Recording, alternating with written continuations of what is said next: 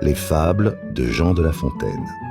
La souris métamorphosée en fille. Une souris tomba du bec d'un chat-huant. Je ne l'eusse pas ramassé. Mais un bramin le fit. Je le crois aisément. Chaque pays a sa pensée. La souris était fort froissée. De cette sorte de prochain, nous nous soucions peu. Mais le peuple bramin le traite en frère. Ils ont en tête que notre âme, au sortir d'un roi, entre dans un ciron ou dans telle autre bête qu'il plaît au sort. C'est là l'un des points de loi. Pythagore, chez eux, a puisé ce système.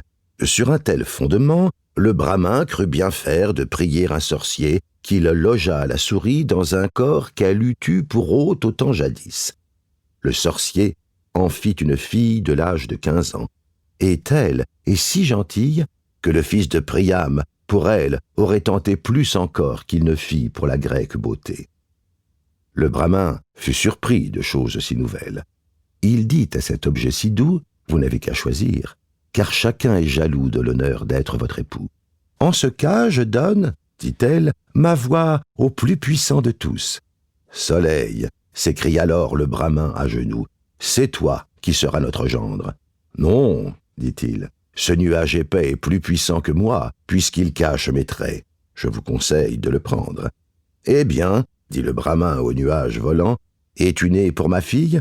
Hélas, non, car le vent me chasse à son plaisir de contrée en contrée. Je n'entreprendrai point sur les droits de Borée. » Le bramin, fâché, s'écria, « Ô vent donc, puisque vent y a, viens dans les bras de notre belle. » Il accourait. Un mot en chemin l'arrêta.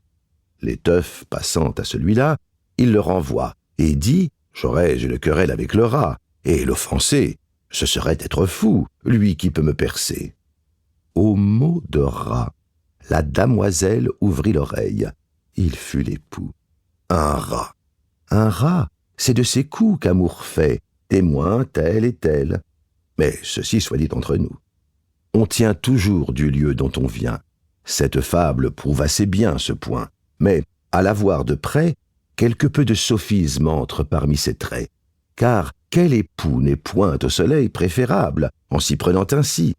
Dirais-je qu'un géant est moins fort qu'une puce? Elle le mord pourtant.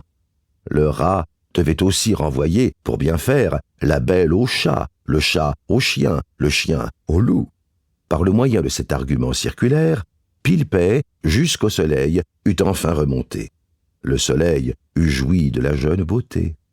Revenons, s'il se peut, à la métempsycose. Le sorcier du bramin fit sans doute une chose qui, loin de la prouver, fait voir sa fausseté.